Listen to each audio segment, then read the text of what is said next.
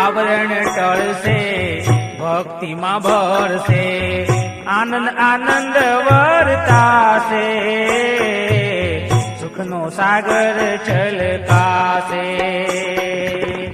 तुलसी तारी प्रगति थासे तुलसी तारी प्रगति थासे भरी जाए वाऊ मंगो मा तुरंगाई जाने रंगो मा तुरंगाई जाने रंगो मा गुरु ज्ञान भक्ति ना रंगो मा सत कैवल तना सत्संगो मा तुरंगाई जाने रंगो मा तुरंगाई जाने रंगो मा। कथा सत्संग प्रारंभ समय का सत्य सारे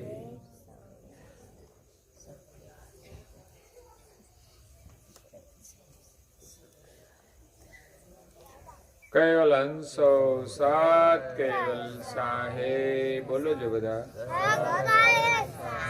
आजू बाजू सौने सत केवल साहे सत केवल साहे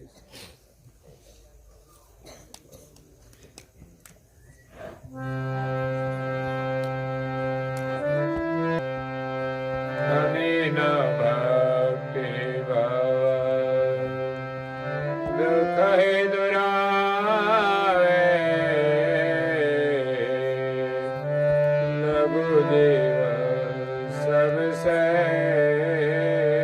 बड़ा हो जावे लघु जीव सबसे बड़ा हो जावे भक्ति से वो पशरन शेर नावे भक्ति से भवन मंदिर बदरावे भक्ति से भवन मंदिर बदरावे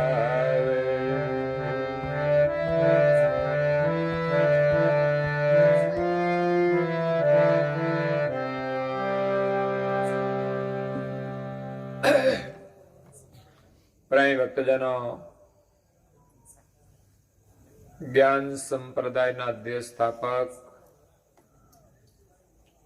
અનંત બ્રહ્માંડાધીશ વિશ્વનિયંતા સકર્તા સર્જનહારના પરમ વિશેષ અંશ સકર્તા સિદ્ધાંતનું પ્રતિપાદન કરનાર અનંત અંશોના તારણહાર પરમ મોક્ષના દાતા कैवल धर्म धुरंधर महान समर्थ परम श्रेष्ठ परम विभूतिवान परम दयाळु परम कृपा निधि सर्वज्ञ दिव्य परम गुरु श्रीमद करुणा सागर महाराज श्रीना कृपा पात्र द्वितीय आचार्य पूज्यपाद श्री नारायणदासजी महाराज स्वरचित सिद्धांत बावनी ग्रंथ ने विषय भक्ति नो महिमा समझावता के छे कि अनिन भक्ति भव दुख ही दुरावे लघु जीव सबसे बड़ा होई जावे। आ जगतनी अंदर भक्ति नो महिमा अपरंपार छे।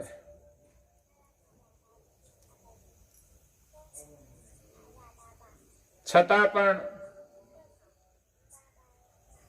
બધા લોકો એનો લાભ લઈ શકતા નથી। ભક્તિ કરવા માટે સંપત્તિની જરૂર નથી, પણ સમજણની જરૂર છે। ભક્તિ દરેક લોકો કરી શકે, નાનો બાળક પણ કરી શકે, યુવાન પણ કરી શકે, વૃદ્ધ પણ કરી શકે, ભાઈઓ પણ કરી શકે અને બહેનો પણ કરી શકે। ટૂંકમાં માણસ ભક્તિ કરી શકે, પ્રાણી ભક્તિ કરી શકતા તો પછી ન કરે એને શું કહેવાય?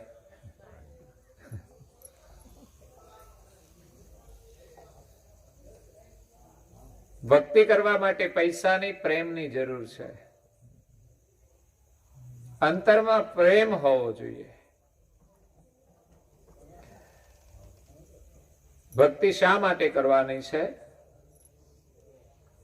દુઃખોમાંથી મુક્તિ મેળવવા માટે. સંસારમાં અનેક પ્રકારના દુઃખ છે. ગણતરી કરીએ તો કોઈ પાર ન આવે, પરંતુ મારી દ્રષ્ટિએ માણસની જેટલી વસ્તી છે એટલા દુઃખ છે. દરેક વ્યક્તિનું દુઃખ સ્વતંત્ર છે, જુદું જુદું છે.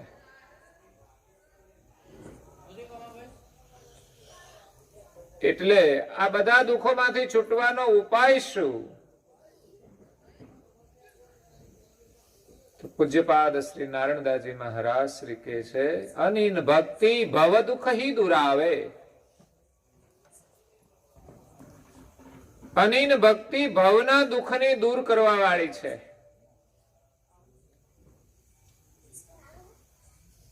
ભવનું દુઃખ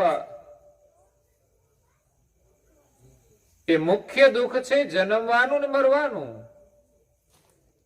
એનો તો આપણે વિચાર જ નથી કરતા, એની કોઈ ચિંતા જ નથી કરતા, એની કોઈ તૈયારી જ નથી કરતા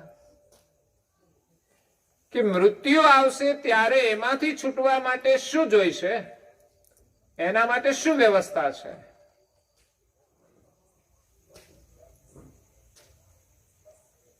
મહાપુરુષો તો આપણને મૃત્યુમાંથી છૂટવા માટેનો ઉપાય બતાવ્યો છે, પણ એ તૈયારી આપણે નથી કરતા. વિશેષ તૈયારી અહીંયા આપણે કોઈ તકલીફ ન પડે એની જ ચિંતા કરીએ છીએ. છતાં મને નથી લાગતું કે ગમે તે વ્યવસ્થા થઈ જવા છતાં એની ચિંતા દૂર થાય.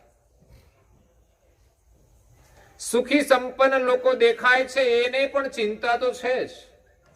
એના ઘરમાં પણ દુઃખો હોય જ છે.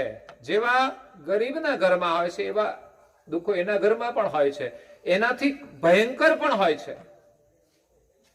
બીમારી શું ગરીબને જોઈને આવે છે? અમીરના ઘરમાં પણ આરામથી જાય છે. ગરીબના ઘરમાં તો કદાચ 2-4 દિવસ રોકાય, 5 દિવસ રોકાય, જ્યારે અમીરના ઘરમાં તો મહિનો રોકાઈ જાય, અને ઘણાના ઘરમાં તો આજીવન રોકાઈ જાય. એટલે નથી આપણે તૈયારી કરી શરીરના રોગોમાંથી છૂટવા માટે, કે પછી જ્યારે અંતકાળ આવશે ત્યારે આપણી શું સ્થિતિ થશે. મરવાનું દુઃખ બહુ મોટું છે એમ કે છે, એ તો મરે એને ખબર હોય.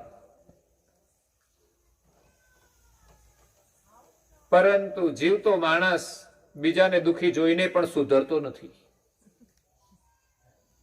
કોઈને કેન્સર થાય તો પણ એને જોઈને બીજા વ્યસની લોકોને એમ નથી થતું કે આપણે આ મસાલો છોડી દઈએ, તમાકુ છોડી દઈએ, બીડી છોડી દઈએ, શરાબ પીવાનું છોડી દઈએ.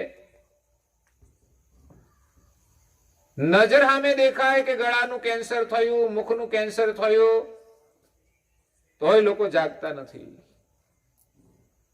અને ઘણા લોકોનું મૃત્યુ થાય ત્યારે પણ એ કેટલા દુઃખી થતા હોય છે.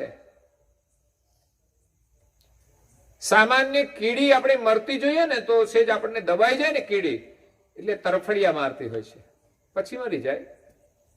પણ આ તરફડિયા મારવાનું દુઃખ કોઈ સામાન્ય નથી હોતું. માણસને એમ જ દુઃખ થતું હોય તો વેદના એ વ્યક્ત કરે, પણ તરફડિયા મારતો માણસ કેટલો દુઃખી હોય. એક્સિડન્ટ થતા હોય છે, એમાં પણ લોકો એ પ્રકારનું દુઃખ અનુભવતા હોય છે.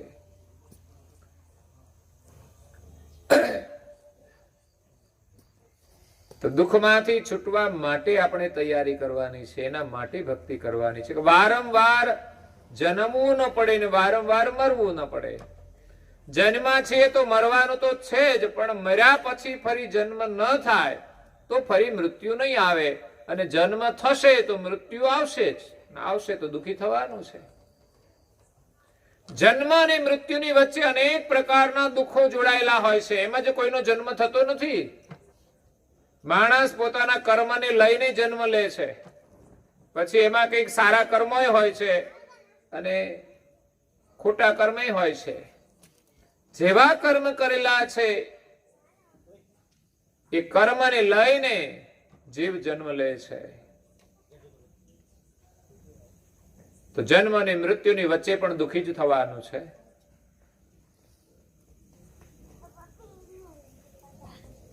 સુવિધા અને સગવડ મળી જાય તો પણ માણસ સુખી નથી. એ તો એક વ્યવસ્થા છે. સાચું સુખ તો વ્યવસ્થા વિના પણ મળી શકતું હોય છે. ઘણા સાધુ સંતો ઘર બાર કુટુંબ પરિવાર સગા સંબંધી બધાને છોડીને ભગવાનના ભરોસે નીકળી ગયા છે અને ફકીરી લીધી છે. જેમણે જે ફકીર બની ગયા છે,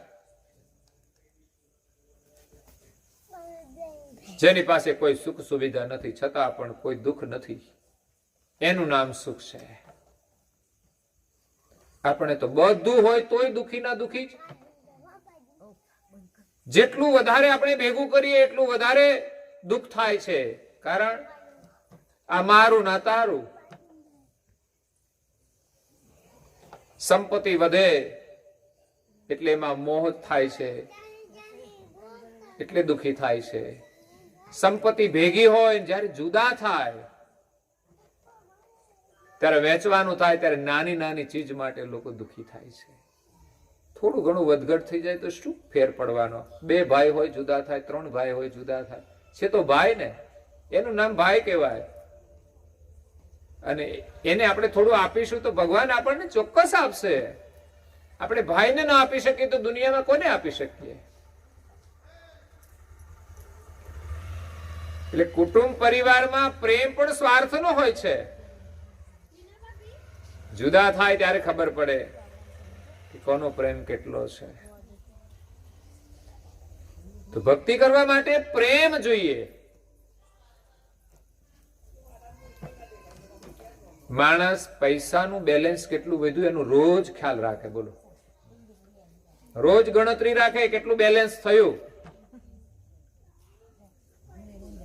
પણ પ્રેમનું બેલેન્સ કેટલું વધ્યું એનો ખ્યાલ નથી રાખતો.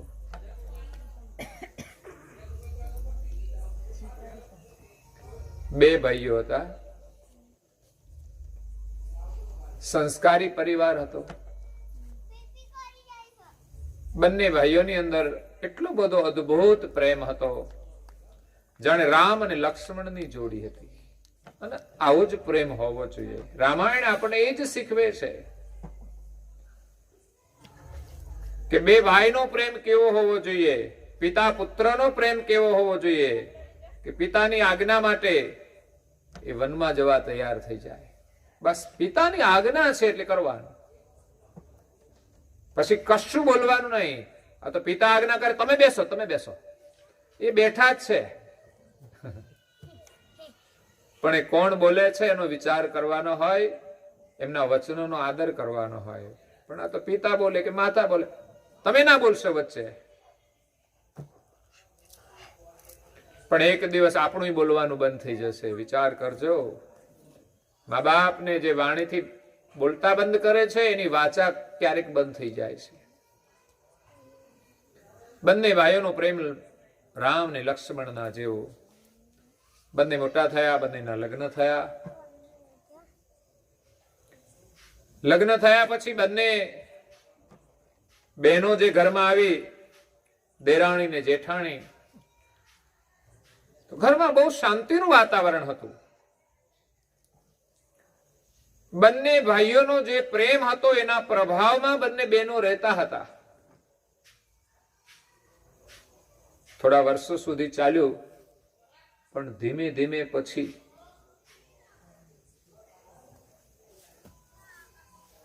મારા તારાની લડાઈ શરૂ થઈ. જેઠાણી થોડા મોટા એટલે એનો થોડો હુકમ ચાલે, એટલે દેરાણી સાથે થોડું વાતથી ઝઘડો થઈ જાય. છતાં દેરાણી થોડી સહનશીલ સ્વભાવની હતી. એટલે જેઠાણી કશું બોલી જાય તો કોઈ ફરિયાદ ન કરે, એમના ઘરવાળાને પણ ફરિયાદ ન કરે. એ તો મોટા ભાગે બે બહેનોનો ઝઘડો હોય એટલે ફરિયાદ ક્યાં જાય? ભાઈઓ આગળ જાય. એટલે જેઠાણીની કનડગત હતી દેરાણીને, છતાં દેરાણી કશું બોલતી નથી. એટલે જેઠાણીથી પછી રેવાયું નહીં. એટલે એમણે પછી એમના ઘરવાળાને ફરિયાદ કરવાની શરૂ કરી દીધી. બે બહેનોની લડાઈ સામાન્ય ચાલતી હતી. એટલે થોડો ઘરમાં અણસાર તો આવી જાય કે વાસણ ધીમા ધીમા કંઈક ખખડે છે. પણ જ્યાં સુધી કોઈ ફરિયાદ ન હોય ત્યાં સુધી ભાઈઓ કશું બોલે નહીં. કઈ વાંધો નહીં, આવું તો ચાલ્યા કરે.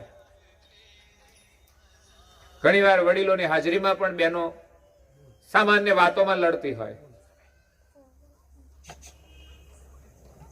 તો મોટા ભાઈને ફરિયાદ કરી. મોટા ભાઈ એમની પત્નીને સમજાવે છે, પણ પેલી માનતી નથી, અહંકારના મદમાં છે, થોડી મનસ્વી સ્વભાવની. છેવટે એની જાણ નાના ભાઈને થઈ.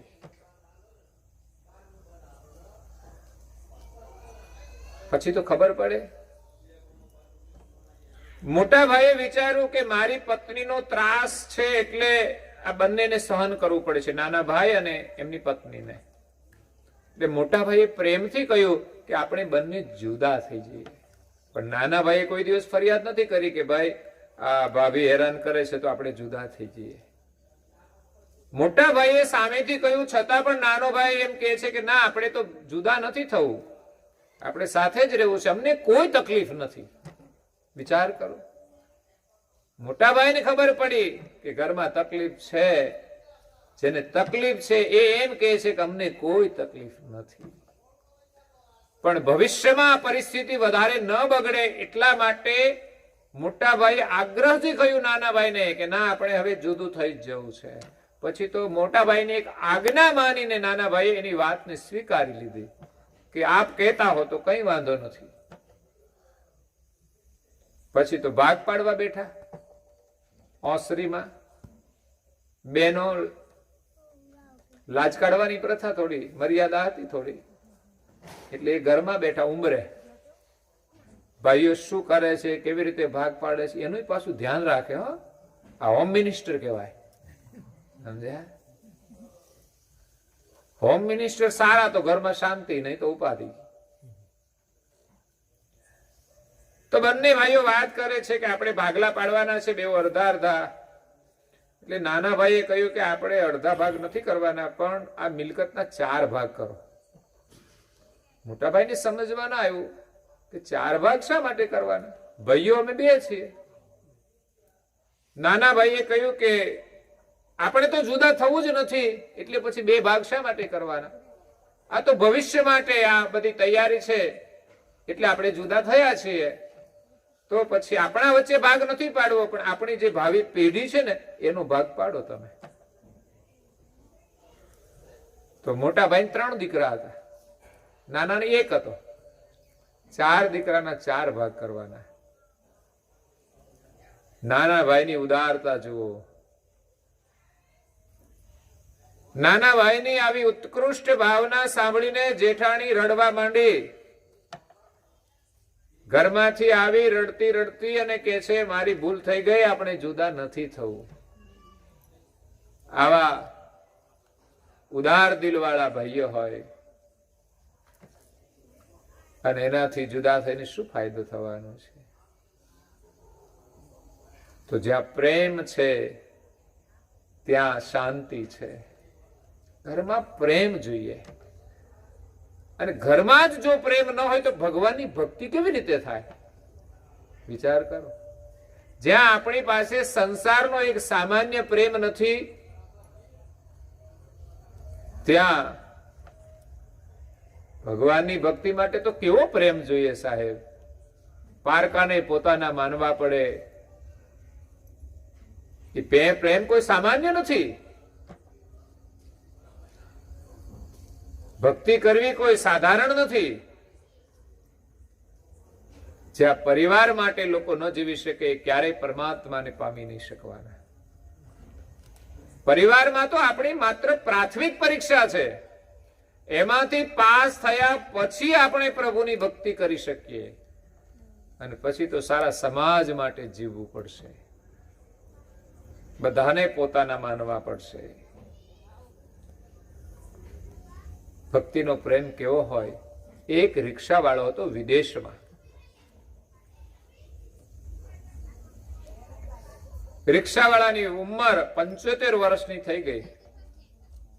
રિક્ષા ચલાવતા ચલાવતા બસ પોતાનું ગુજરાન ચલાવે છે. એક દિવસ એમની નજર એક ઝૂંપડામાં રહેતા એક ગરીબ પરિવાર ઉપર પડી, કે જે પરિવારની અંદર માત્ર એક 7 વર્ષનો બાળક છે, છોકરો છે, અને 5 વર્ષની દીકરી છે, અને બીજી એક 3 વર્ષની દીકરી છે. આ 3 સંતાન જ છે, અનાથ છે, જેના માતા પિતા નથી. એને જોઈને રિક્ષાવાળાને લાગણી ઉદ્ભવે છે કે મારી પાસે તો ઘણું બધું છે, સામાન્ય પરિસ્થિતિ હોવા છતાં, પણ આ બાળકોનું તો કોઈ જ નથી. હું તો રિક્ષા ચલાવીને મારા બાળકોનું પેટ ભરું છું, પણ આ બાળકો કેવી રીતે જીવે? ભૂખ્યા, કપડાની કોઈ વ્યવસ્થા નહીં, રહેવા માટે એક સામાન્ય ઝૂંપડું.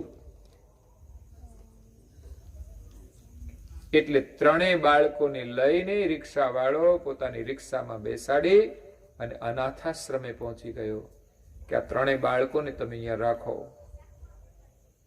એનો જે ખર્ચો થશે હું આપીશ. રિક્ષા ચલાવીને માંડ માંડ પોતાનું જીવન ચલાવે છે. એના હૃદયમાં પ્રેમ કેવો હશે વિચાર કરીએ.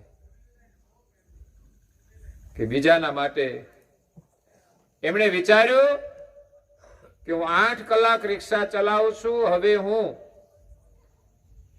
12 કલાક રિક્ષા ચલાવીશ, 4 કલાક બાળકો માટે ચલાવીશ. એ રિક્ષા વાળો એટલો બધો પ્રેમાળ હતો કે કોઈ પણ ગ્રાહક આવે તો એને એ ભાડું ન કહે, એમ કે મારે અહીંયા જવું છે તો ત્યાં એને લઈ જાય, ત્યાં લઈ જાય ને ઉતરે ને ગ્રાહક જે આપે તે લઈ લેતો. આવો ઉદાર દિલ વાળો રિક્ષા વાળો, અને એ જ આવું સેવાનું કામ કરી શકે. એને ભગવાન ઉપર પૂરો ભરોસો હતો. પછી તો ગ્રાહક ઉપર પણ વિશ્વાસ આવી જાય. અને જે વ્યક્તિ એટલી ઉદારતા રાખે એવા ગ્રાહકોએ પણ ધ્યાન રાખવું જોઈએ કે એને 1 રૂપિયો પણ ઓછો ના આપવો જોઈએ. જે જ્યારે સામેથી ઉદારતા બતાવે ને 1 રૂપિયો વધુ આપવો જોઈએ. બાકી તો આપણે ભાવ નક્કી કરીએ, ન ઓછો આપીએ ન વધુ આપીએ, આ એક નિયમ છે. પણ જ્યાં એમ કે તમારે જે આપવું હોય તે આપજો, પછી આપણને ખબર હોય કે આનું ભાડું આટલું છે તો એટલું, એનાથી 1 રૂપિયો વધુ આપી દેવો જોઈએ. એમણે જો આપણા ઉપર વિશ્વાસ મૂક્યો તમે જે આપો તે, તો પછી આપણે સુખી સંપન્ન હોઈએ. તો એવા રિક્ષા ચલાવનાર ઉપર આપણે વિશ્વાસ કરવો જોઈએ કે એને પણ પરિવાર છે, એનું પણ ઘર છે, એનું પણ એક જીવન છે.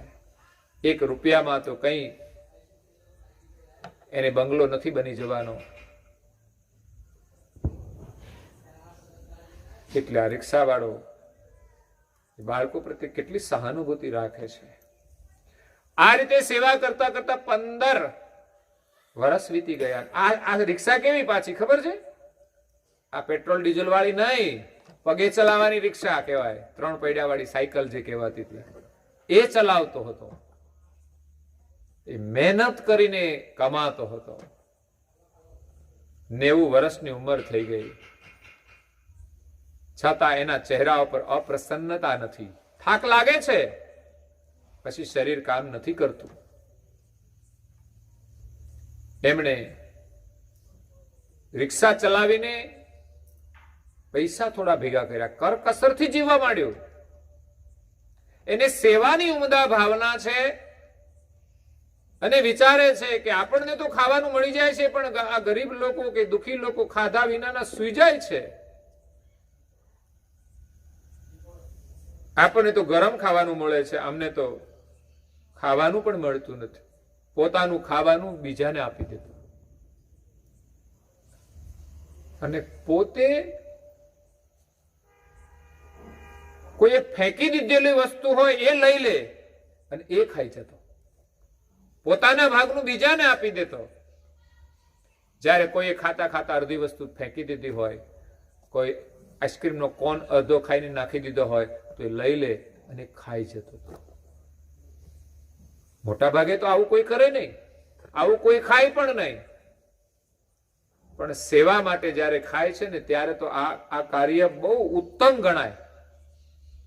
જ્યારે કોઈના માટે માણસ મરી પડતો હોય અને આ રીતે જીવતો હોય તો એ કાર્ય કોઈ સાધારણ નથી. પોતે જૂના કપડા હોય ફાટી જાય તો પણ નવા નથી લેતો. કેમ? તો કે મારે કોઈકની સેવા કરવી છે. એ સાંધી સાંધીને પોતે જીવન ગુજરાન ચલાવે છે. ઘરના લોકો કહે છે કે ભાઈ તમે શા માટે સારા કપડા નથી પહેરતા? ઘરના લોકો લાવી દે તો પણ પોતાનો સ્વભાવ નથી છોડતા. ખાવામાં પણ કરકસર કરે છે. એ રીતે એમણે 300 એન એ વિદેશના એમણે ભેગા કરેલા.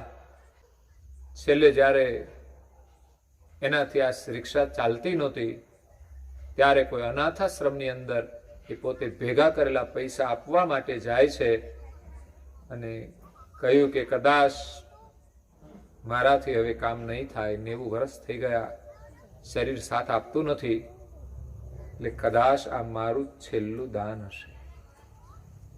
આ છેલ્લું દાન જ્યારે ખ્યાલમાં આવ્યો ત્યારે ખબર પડી. બાકી ખ્યાલ વગરનું તો એમણે કેટલું દાન કર્યું. પોતાના માટે તો એમણે કંઈ જ વાપર્યું નહીં. જેટલું જરૂર હોય એટલું જ. કપડા તો કે બસ સાંધીને પહેરે, એની પાસે સ્ટોકમાં કંઈ ના હોય. ખાવાનું પણ સાદું, જીવન પણ સાદું. બસ પરમાર્થ માટે માણસ જીવી ગયો. આ એક હકીકતનો પ્રસંગ તમને કીધો છે. પરમેશ્વર એની નોંધ લેતો હોય છે. આ જીવન તો ગરીબીમાં વીતી ગયું, પુનઃ જન્મ થશે ત્યારે એનો જન્મ સારો હશે, સંસ્કાર સંપન્ન હશે. અને એવા જીવો ભગવાનની ભક્તિ કરી શકે છે. આનું નામ કહેવાય દાસાતન વાળી ભક્તિ. અહીંયા નારણદાસજી મહારાજ શ્રી ભક્તિનું વર્ણન કર્યું છે. અનિન ભક્તિ ભવ દુઃખ હિ દુરાવે. અનિન ભક્તિ ભવ દુઃખને દૂર કરવા વાળી છે. અનિન એટલે દાસાતન ભાવ, વિનમ્ર ભાવ. ક્યારે એનામાં ઉગ્રતા ન આવે. નમ્રતાથી આપણે ભક્તિ કરીએ. અહંકાર રહિત ભક્તિ, એમ નામ દાસાતનપણા વાળી ભક્તિ છે.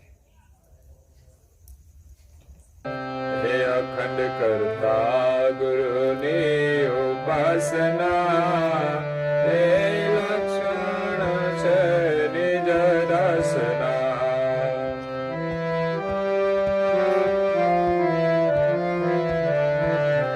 હે અખંડ કરતા ગુરુની ઉપાસના, હે લક્ષણ છે નિજ દર્શના. હે ગુરુ સેવા રાખે ઘેર, એમાં નથી ભેળસેળ, એ નથી દેવ દેવીની ઉપાસના, એ લક્ષણ છે નિજ રસના.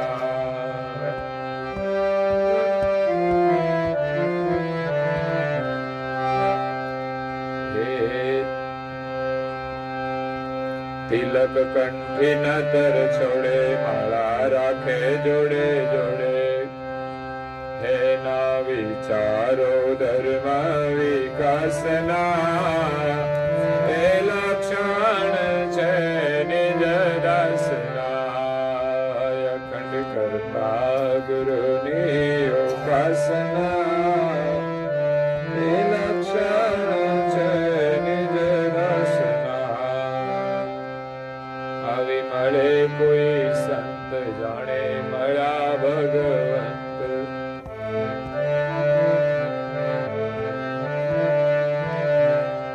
એ સુખ મારે સંત સવાસના એ લક્ષણ છે નિજ દાસના અખંડ કરતા ગુરુની વસના એ લક્ષણ છે નિજ દાસના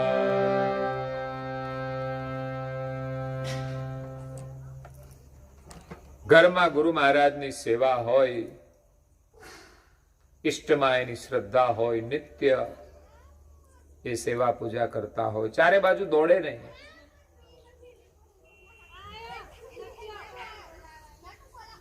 ગુરુ મહારાજના વચનોમાં વિશ્વાસ રાખીને શ્રદ્ધાથી મંત્રનો જપ કરે છે.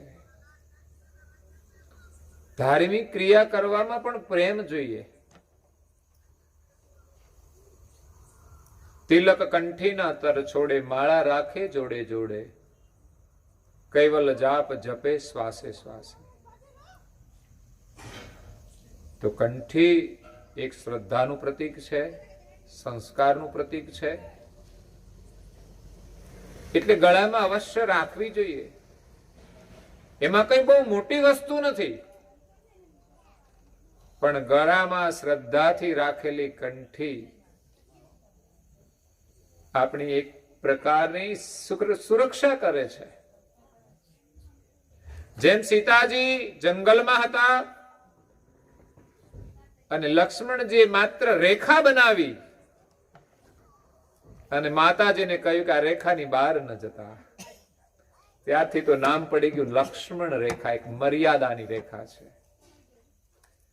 એમાં સંસ્કાર એક પ્રકારની મર્યાદાઓ છે કે ગળામાં કંઠી હોય એટલે આપણે અમુક પ્રકારની મર્યાદામાં રહીએ. મેં ગુરુ મહારાજની કંઠી પહેરી છે, મારાથી આવું ન ખાઈ શકાય, મારાથી આવું ન પી શકાય, મારાથી આવું ન બોલાય. ગળામાં કંઠી હોય પછી આપણા ગળામાંથી સ્વર એવો ના નીકળે, શબ્દ ના નીકળે, એવી એક પ્રકારની મર્યાદા છે. એક ભાઈને કંઠી બાંધેલી, થોડું પીવાનું વ્યસન હતું. એટલે એમના ગુરુ મહારાજે કહ્યું કે જો આ ગળામાં કંઠી છે ને એટલે પીવાનું નહીં, ગળામાં કંઠી હોય એટલે પીવાય નહીં. એટલે પેલું તો ઘરે ગયો, ઘરે જઈને ગળામાંથી કંઠી કાઢીને પીને પાછી કંઠી પહેરી લે કે હું કંઠી હોય એટલે પીવ જ નહીં. આવાય ભક્તો જોવા મળે. જો કે કંઠીની મર્યાદા તો છે જ, અને મર્યાદાઓ આપણને મર્યાદામાં રાખે છે. તિલક કરો તો પણ તમારા અંતરની અંદર એક સદભાવ જાગશે, સાત્વિક ભાવ જાગશે. પછી તમારે ધુમાડા કાઢવા છે ને તો તમને સંકોચ થશે. ઉપર ભાલ તિલકો ને એના આગળથી ધુમાડા નીકળે, બરાબર ના કહેવાય. મોઢામાં કચરો ભરેલો હોય, આ બધું છૂટી જાય. પણ એનો મહિમા સમજીને કરે તો, એમાં વિશ્વાસ રાખીને કરે તો, એની મર્યાદાઓ સમજે તો. એટલે ગળામાં કંઠી રાખવી, ભાલ તિલક કરવું, પછી એક માળા લઈને મંત્રનો જપ કરવો, ગુરુ મહારાજની પ્રાર્થના કરવી, આ બધામાં પ્રેમ જોઈએ. કોઈ કાર્ય પ્રેમ વિના થતું નથી. માણસ વ્યસન કરે તો એમાં પણ પ્રેમ જોઈએ. પ્રેમ ન હોય તો વ્યસન પણ થતું નથી. એમાં તો એટલો પ્રેમ લોકોએ જોડ્યો છે કે છૂટતું જ નથી. એવી પ્રીતિ બંધાય છે કે દુઃખ આપે છતાં પણ છોડતો નથી. ઘરમાં કલેશ થઈ જાય તો પણ છોડતો નથી. તો વ્યસનમાં પણ પ્રેમ જોઈએ. કારણ કે એને લેવા દુકાન સુધી જવું પડે. બાકી મંદિર હોય તો એક જ વાર દર્શને જવાનું હોય, તો પણ લોકો સમય કાઢતા નથી પ્રેમના અભાવે. અને વ્યસની લોકો તમે વિચાર કરજો, ઘરેથી 3 વાર દુકાનની મુલાકાત લેશે. દુકાનવાળાના દર્શન કરશે, પેલા દેવના દર્શન નહીં કરે. અને ત્યાં દક્ષિણા મૂકશે, કારણ કે ત્યાં જે વસ્તુ લેવા જાય એ તો એમ જ મળવાની નથી. પ્રેમ વગર પૈસા વપરાતા નથી. અને ખાય છે તો પણ પ્રેમ મુખમાં રાખે. ઉત્તમ ચીજ ઉત્તમ જગ્યાએ હલકી ચીજ રાખે છે. વિચાર કરો, ગંદી વસ્તુ આપણે મુખને અડાડતા નથી, એની જગ્યાએ કચરો આપણે મુખની અંદર રાખીએ છીએ.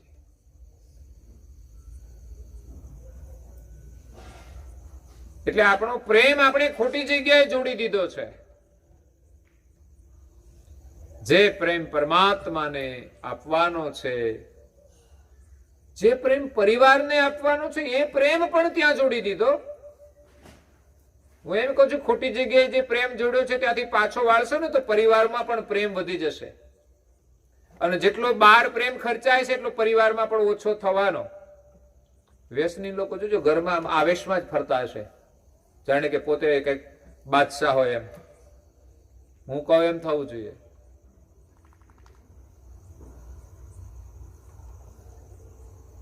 એનું કશું ચાલતું ના હોય. બીડીના ગુલામ હોય, વ્યસનના ગુલામ હોય, અને ઘરમાં આવીને સફાઈ કરે. હું કહું એમ થવું જોઈએ. એટલે જે પ્રેમ પ્રભુમાં જોડવાનો છે એ પ્રેમ સંસારમાં ખોટી જગ્યાએ લોકોએ જોડી દીધો છે. એટલે માણસ દુખી થાય છે.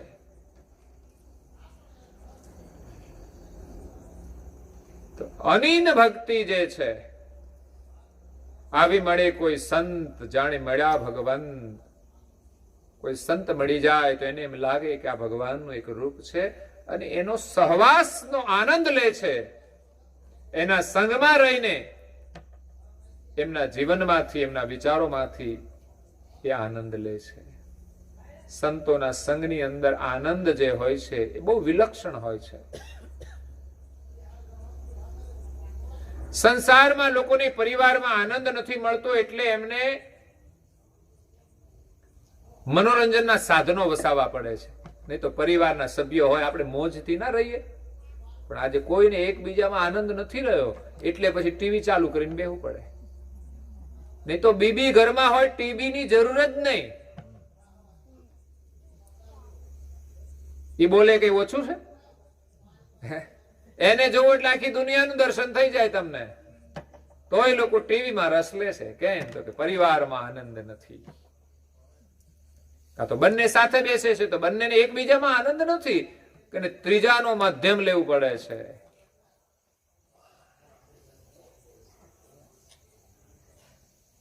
આજે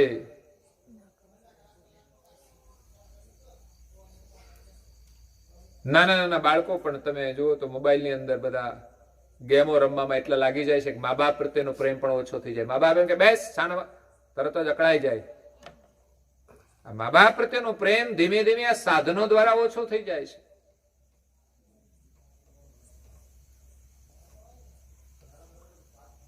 શરૂઆતમાં તો એ મોબાઈલ ચલાવતા શીખશે, પણ પછી એનું મન એમાં એટલું વ્યસ્ત થઈ જશે કે એને ભણવામાં પણ ધ્યાન નહીં રહે. મોબાઈલ શીખવાડવો નહીં પડે તમારે, એની જાતે બધું આવડી જ જશે ઉંમર થશે એટલે. આ જે લોકો ભણ્યા નહોતા, મોબાઈલ શું છે એની ખબર પણ નહોતી, એ પણ આજે મોબાઈલમાં વાત કરે છે. મોબાઈલનું કામ માત્ર વાત કરવા પૂરતું છે. હા, એ બિઝનેસ કરે ત્યારે એને જરૂર પડશે જે વસ્તુની એનો ઉપયોગ કરવાની, એના પહેલા એને જરૂર નથી હોતી. એટલે મોબાઈલના વ્યસનથી જો બાળકોને દૂર રાખવા હોય તો મા બાપે થોડું સતર્ક રહેવું પડશે. તમારો ફોન લોક રાખવો હોય તો લોક રાખજો, અને બાળકોને તમારા નિયમમાં રાખજો. એને 1876ની સાલમાં ગ્રેહામ બેલે ટેલિફોનની શોધ કરી હતી ને, એ ટેલિફોનમાં લોકો સાચું બોલતા અને મોબાઈલમાં જુઠ્ઠું બોલે છે. બાલાસનગર હોય તો કે હું અમદાવાદ છું, અમદાવાદ એટલે એ બહુ ચાલે છે જૂઠાણું. હું ઘણી વાર કહું છું કે મોબાઈલમાં આપણે સાંભળતા જ હોઈએ છીએ કે જૂઠું બોલવાનું પ્રમાણ વધ્યું છે. એટલે મોબાઈલ એક પ્રકારનું વ્યસન થઈ ગયું છે. અને ક્યારેક તો એની અંદર એટલો બધો કચરો હોય છે ઇન્ટરનેટ ઉપર કે એમાંથી બાળકોની આદત પડી જતી હોય છે. પછી મા બાપ પ્રત્યેનો પ્રેમ પણ છૂટી જાય છે. એટલે પ્રેમ આપણે પરિવારમાં જોડવાનો છે. બાળકોને પ્રાર્થનાના સંસ્કાર આપો. તમે મોબાઈલ તો મોટા થયા પછી પણ ઓપરેટ કરતા આવડી જશે, પણ નાની ઉંમર છે, તમે પણ એની સાથે બેસો. આમાં ભૂલો મા બાપની પણ હોય છે. આપણે એમ કહીએ કે છોકરાને આપણે એવું કહીએ કે મોબાઈલ છોડી દે, પણ ઘરનું વાતાવરણ જેવું બનાવો કે બાળકોની અંદર એ ભાવનાનું નિર્માણ થાય. કારણ કે બાળકો વર્તમાન સમયની અંદર જે પ્રમાણે વાતાવરણ હોય એ પ્રમાણે રહેતા હોય છે. કઈ નહીં હોય તો નવરા બેઠા બેઠા કંઈક ને કંઈક તો કરશે. એટલે ને ધર્મમાં જોડી રાખવા પડે, સંસ્કારમાં જોડી રાખવા પડે, એમને સારા વિચારો આપવા પડે. મા બાપે એના માટે સમય પણ કાઢવો પડે. ઘણીવાર મા બાપને ટાઈમ પણ નથી હોતો, તો બાળકોને પછી પ્રેમ ક્યાંથી મળે? પછી બાળકો મોબાઈલમાંથી આનંદ લેતા હોય છે. માણસને આનંદ જોઈએ, પછી બુરી આદત પડી જાય ને તો એમાંથી પણ આનંદ લેતો થઈ જાય છે. પછી એમ જ માને મને આમાંથી સુખ મળે છે. પછી ભલે નહીં એનાથી આપણું જીવન બરબાદ થતું હોય, પણ એક વાર આદત પડી જાય છે પછી છૂટતી નથી. એટલે મા બાપે જાગવું પડશે બાળકોને સંસ્કાર આપવા માટે કે આપણા ઘરમાં એવું એક સુંદર વાતાવરણ હોય કે સંધ્યા થાય એટલે આખો પરિવાર સાથે બેસીને પ્રાર્થના કરીએ. આવું તો આપણે કોઈ દિવસ વિચારતા જ નથી.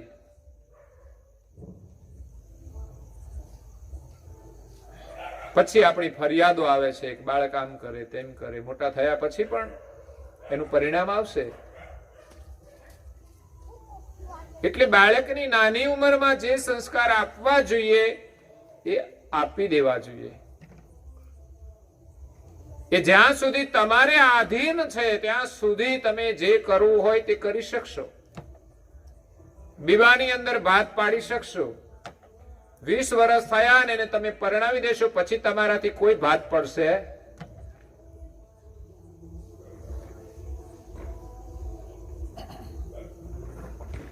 એટલે ઘરનું એક વાતાવરણ એવું હોવું જોઈએ કે સંધ્યા સમય આપણા ઘરમાં બધા જ સભ્યો પ્રાર્થનામાં બેઠા હોય અને ભગવાનની પ્રાર્થના કરવાથી એમની કૃપા આપણા ઘરમાં આવે છે, દરેક પરિવારના સભ્યોમાં આવે છે.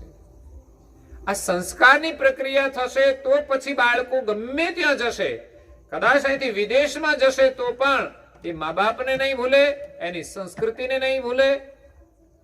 એનામાં સમજણ આવી જશે. તો એ વ્યવહારિક રીતે આપણે કામ કરવું પડશે.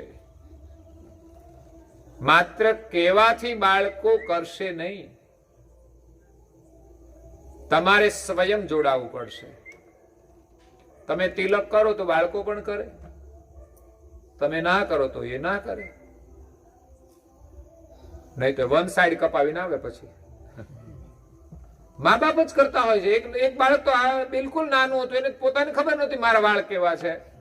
એના મા બાપ એને વન સાઈડ કરી દીધા. લ્યો, મેં કે આ જે છે રેવા દો, પાછો એક બાજુ જતો રહેશે વન સાઈડમાં તમને છોડીને. આ વન સાઈડ ના સંસ્કાર સારા નથી, પણ જે ફેશન નીકળી એના ગુલામ. એટલે ફેશન નીકળે એને તમે જલ્દી કેમ પકડી લો છો? અને મહાપુરુષો ઢોલ વગાડીને કહે છે કે તમે રોજ પ્રાર્થના કરો, રોજ પ્રાર્થના કરો, તો એ સાંભળાતું નથી, એ ક્રિયા થતી નથી.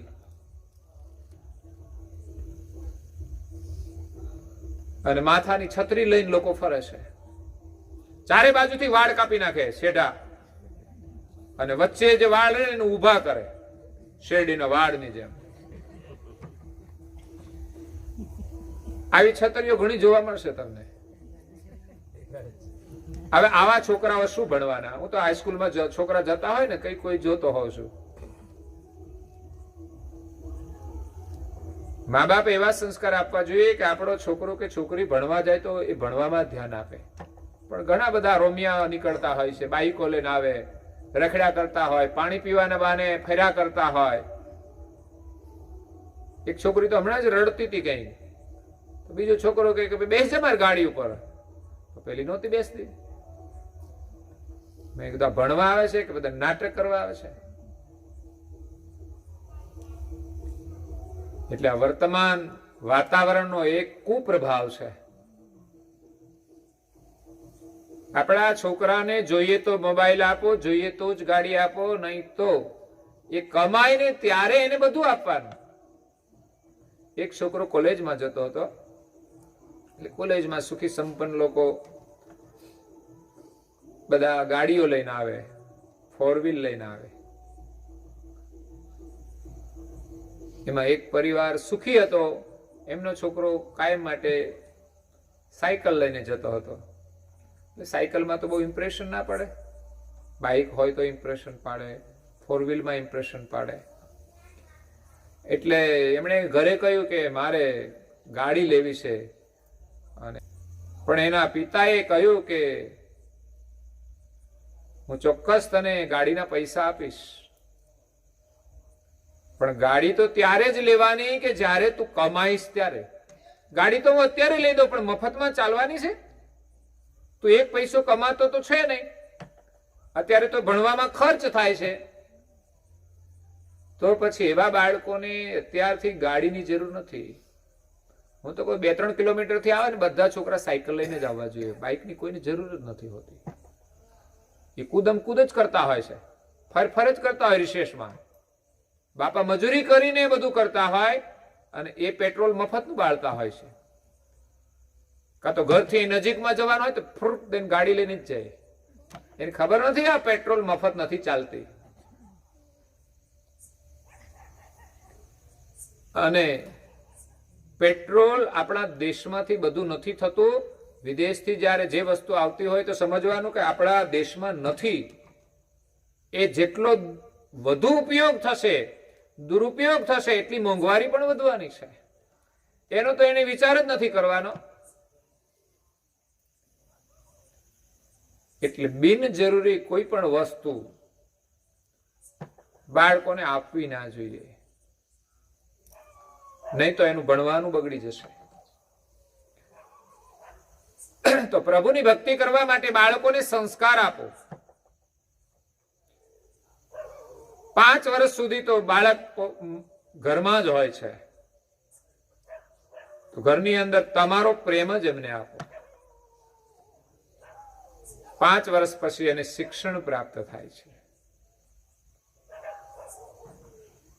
15 વર્ષ કે 20 વર્ષ સુધી એને શિક્ષણ મેળવવાનું હોય છે. ત્યાર પછી એ સ્વતંત્ર લાઈફ ઉપર જીવી શકે છે. ત્યાં સુધી જો એની કાળજી રાખવામાં આવે તો ચોક્કસ બાળકો સુખી થશે. જો ખોટા માર્ગે નહીં જાય તો જ બાળકો સુખી થશે, નહીં તો તમારી સંપત્તિ પણ એને સુખી નહીં કરી શકે. જો એની લાઈન બદલાઈ ગઈ તો એ સુખી નહીં થાય. એટલે અહીંયા નાણદાજી મહારાજ શ્રી કહે છે કે અનિન ભક્તિ ભવ દુઃખ હિ દુરાવે, લઘુ જીવ સબસે બડા હોઈ જાવે. જો વિનમ્રતા વાળી ભક્તિ કરીશું ને તો આ જગતની અંદર ભગવાન આપણને બહુ મોટા બનાવી દેશે. ભક્તિ સમાન આ વિશ્વની અંદર કોઈ અમૂલ્ય ચીજ નથી. નરસિંહ મહેતાએ કહ્યું છે કે ભૂતલ ભક્તિ પદાર્થ મોટું બ્રહ્મલોકમાં નહીં. આ બ્રહ્મલોકની અંદર ભક્તિથી ઉત્તમ કોઈ પદાર્થ નથી. એવી ભક્તિ જો આપણે કરીએ તો આપણે પણ ઉત્તમ બની જઈએ છીએ. ભક્તિ આપણને મહાન બનાવી દે છે.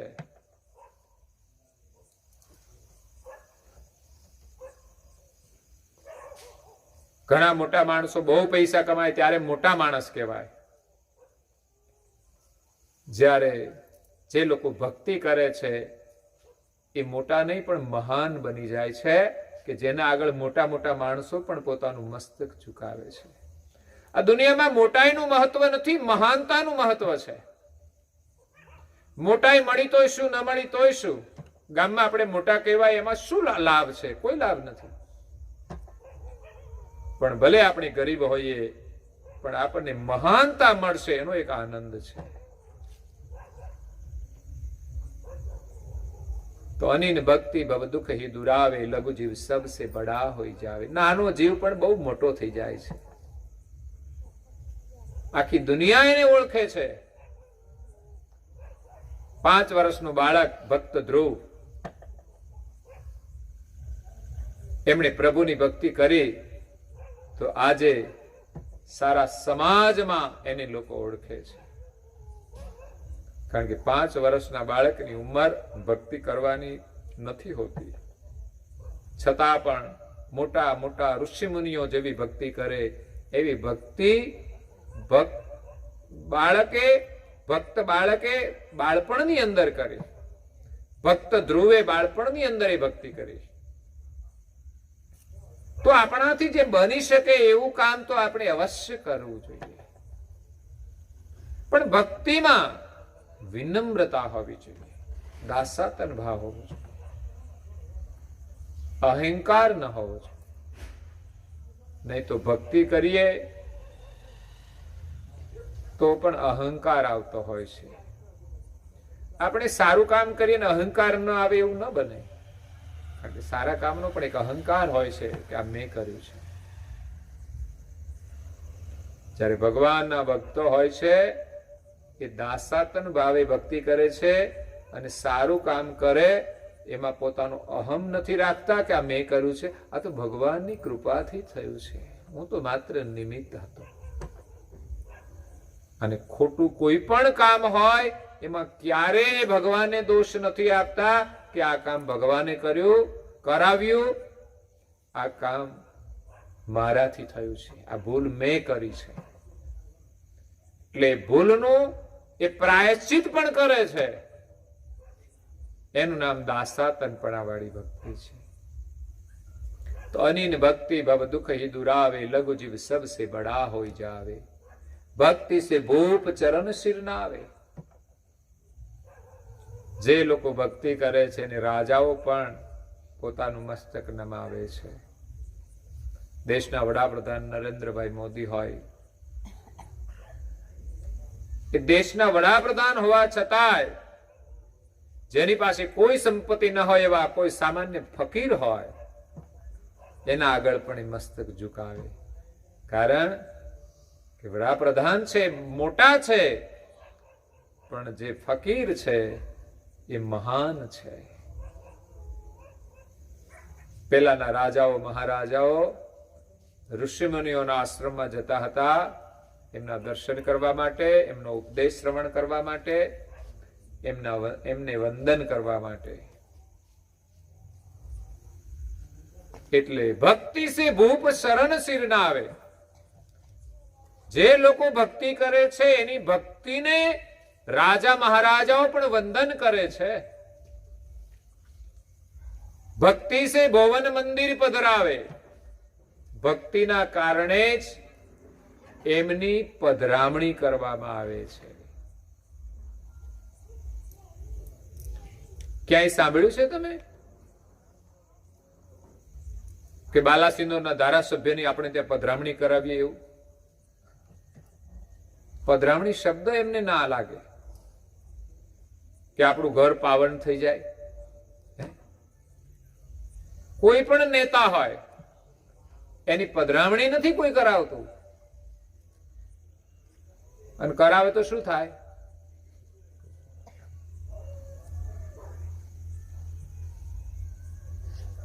સારા કામ કરતા હોય તો ઠીક છે, બાકી તો નેતાઓની કોઈ પધરામણી નથી કરાવતા. ઘણા પાછળ પાછળ દોડે છે લોભને લાલચથી, બાકી તો કઈ મહત્વ નથી રહેતું. હા, એ સમાજ સેવાનું કાર્ય કરે તો સમાજ માટે આદરણીય છે. નેતા તો એ નિમિત્ત છે, પણ સારું કામ કરે તો એની છાપ અલગ હોય છે.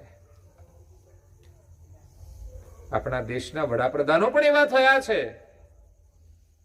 કે જે ખરેખર દેશની સેવા માટે એ પદ ઉપર આવ્યા છે. અત્યારના વર્તમાન પ્રધાનમંત્રી પણ એક સેવાભાવી પ્રધાનમંત્રી છે. રાજકારણમાં તો બહુ ભ્રષ્ટાચાર ચાલતો હોય છે, પણ વ્યક્તિગત રીતે કોઈ માણસ જ્યારે કામ કરતો હોય ત્યારે એમનો જે અભિગમ છે એ સમાજમાં દેખાતો હોય છે. એવા એક પ્રધાનમંત્રી હતા લાલ બહાદુર શાસ્ત્રીજી, જે ઘણા પ્રમાણિક લોકો પણ રાજકારણમાં હોય છે, પણ રાજકારણ હોય એટલે થોડું રાજકારણ એમને રમવું પડે કંઈક કામ કરવા માટે. બાકી પોતાના માટે, પોતાના સ્વાર્થ માટે એ દેશનો શોષણ નથી કરતા, કાવા દાવા નથી કરતા, ભ્રષ્ટાચાર નથી કરતા. એક હજરત ઉમર કરીને મુસ્લિમ રાજા હતા, મુસ્લિમ દેશનું શાસન ચલાવતા, રાજકાજ સંભાળતા હતા, રાજાશાહી વખત. એટલા પ્રામાણિક હતા કે સરકારની ગાડી હોય, સરકારનું સાધન હોય, પોતાના સામાજિક કાર્ય માટે વાપરે નહીં. અત્યારના નેતાઓ શું કરે કે સરકારની ગાડી હોય તો પોતાના સમાજના વ્યવહારમાં પણ ફરતી હોય, સમાજના કાર્યમાં પણ ફરતી હોય. સરકારની ગાડી સરકાર કાર્યમાં ચાલવી જોઈએ. ગાડી ચાલે એનો વાંધો નહીં, ડીઝલ પણ એનું જ ચાલતું હોય. જ્યારે હજરત ઉમર, એ સમયે લાઈટો નહોતી, દીવા હતા, એ પોતાના કાર્યમાં વ્યસ્ત હતા, દીવાના અજવાળે કઈ કામ કરતા હતા. તે રાજનો એક માણસ આવ્યો અને રાજકામ માટે તો હજરત ઉમરે એમની સાથે જ્યારે વાત કરવાની શરૂ કરી ત્યારે એક દીવો ઓલવી અને બીજો દીવો ચાલુ કર્યો.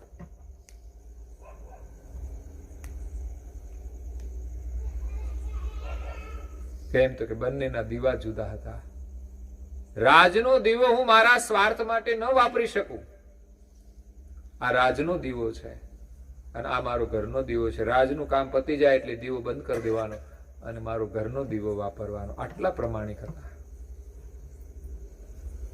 ભક્તિની અંદર પ્રમાણિકતા બહુ જ મહત્વની છે. પછી નાની વ્યક્તિ હોય તો પણ આપણે દુકાને કોઈ વસ્તુ લેવા જઈએ, શાકભાજી લેતા હોઈએ ત્યારે પણ આપણી પ્રમાણિકતા હોવી જોઈએ. મફતના રીંગણા લોકો નાખી દે, તોલ બરાબર થઈ જાય, પછી એક રીંગણું વધારે ન ખાય નહીં. વિચાર કરો, લોકો મફતના રીંગણા નાખી દે, જાણે એને ઘરે છોકરા જ ના હોય. બસ તોલ તમારે 500 ગ્રામ જોઈએ છે તો સામે 500 ગ્રામ ને નમતું જ હોય. શાકભાજી તો હંમેશા નમતું જ હોય.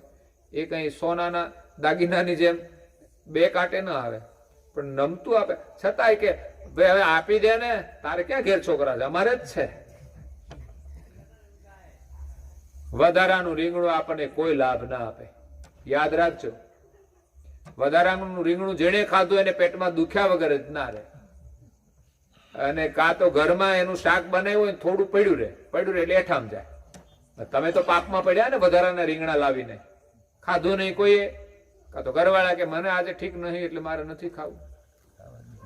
એ હવારનું પાછું કદાચ ખાય તો પાછા સાંજે ખાય એટલે વાસી ખાવાનું, વાસી ખાય એટલે મુશ્કેલી તો થવાની જ છે. ગમે તે રીતે ખોટી રીતે આવેલી વસ્તુ આપણને હેરાન કર્યા વિના રહેતી નથી. પણ આપણી વૃત્તિ હોય છે મફતનું લેવાની.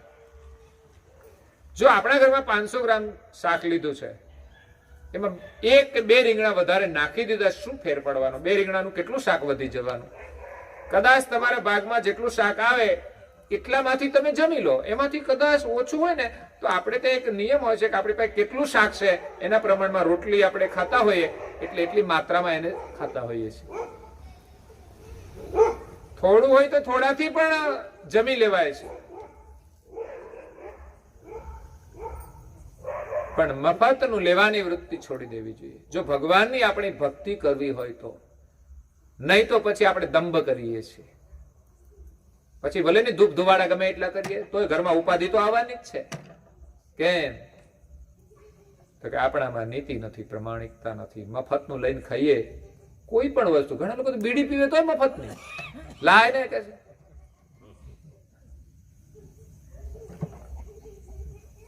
શું થવાનું આમાં? હું તો કહું છું બીડી વાળા પાછા ઉદાર દિલ વાળા બહુ હોય હો. પીવે એટલે બીજાને પાયા વગર ના રે કે હું મરું એનો ભેગો તુંય મર ને કે સમજ્યા? જલ્દી પેલો કે ભાઈ હમણાં જ પીધી તો પછી આગ્રહ નહીં જ કરવો જોઈએ ને. આ કઈ સારી વસ્તુ તો નથી. તારા ઘરમાં 250 ગ્રામ ઘી હોય, 500 ગ્રામ તો આપી આવે ને. જા લે 500 થયું છે તો અડધું એને આપને તો ખબર પડે. પણ આ તો ખોટી આદતો પડી છે ને ખોટા આગ્રહો. હું તો કહું છું વ્યસનનું કોઈએ કોઈને આગ્રહ કરવો જ નહીં. આને છોડવા પ્રયાસ કરો. હંમેશા હંમેશા મનમાં પ્રયાસ કરો કે આનાથી આપણે છૂટવાનું છે. આ તો ખોટું બંધન લાગી ગયું છે. બીજાને પાયને આપણે દુઃખ પાપમાં નથી પડવાનું. આપણે સ્વયં પીએ છીએ એ પણ પાપ જ છે. એનું ફળ તો જયારે આવશે ત્યારે ખબર પડશે કે કયું પાપ તમે કર્યું ને એનું શું ફળ મળ્યું. આજે નહીં થાય તો ભવિષ્યમાં પણ કેન્સર થશે ને થશે.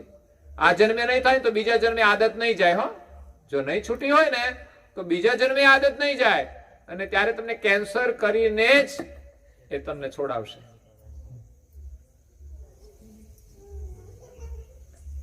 એટલે પ્રભુની અંદર પ્રેમ જોડો. એમાં સુખ છે, શાંતિ છે અને જીવનની સફળતા છે. આ સાથે આપણો સમય થાય છે તો અહીંયા કથાને વિરામ આપીએ. અસ્તુ સત કેવલ સાહેબ. પહેલા જે બોલાવજો.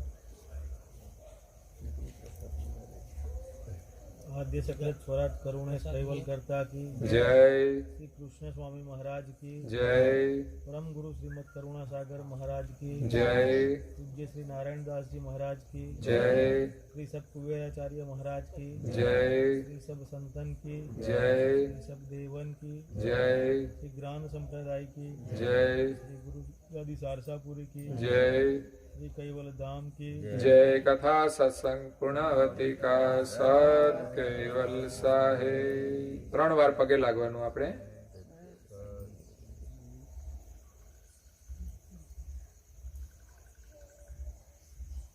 कैवल हंसो सत केवल साहेब. આજુબાજુ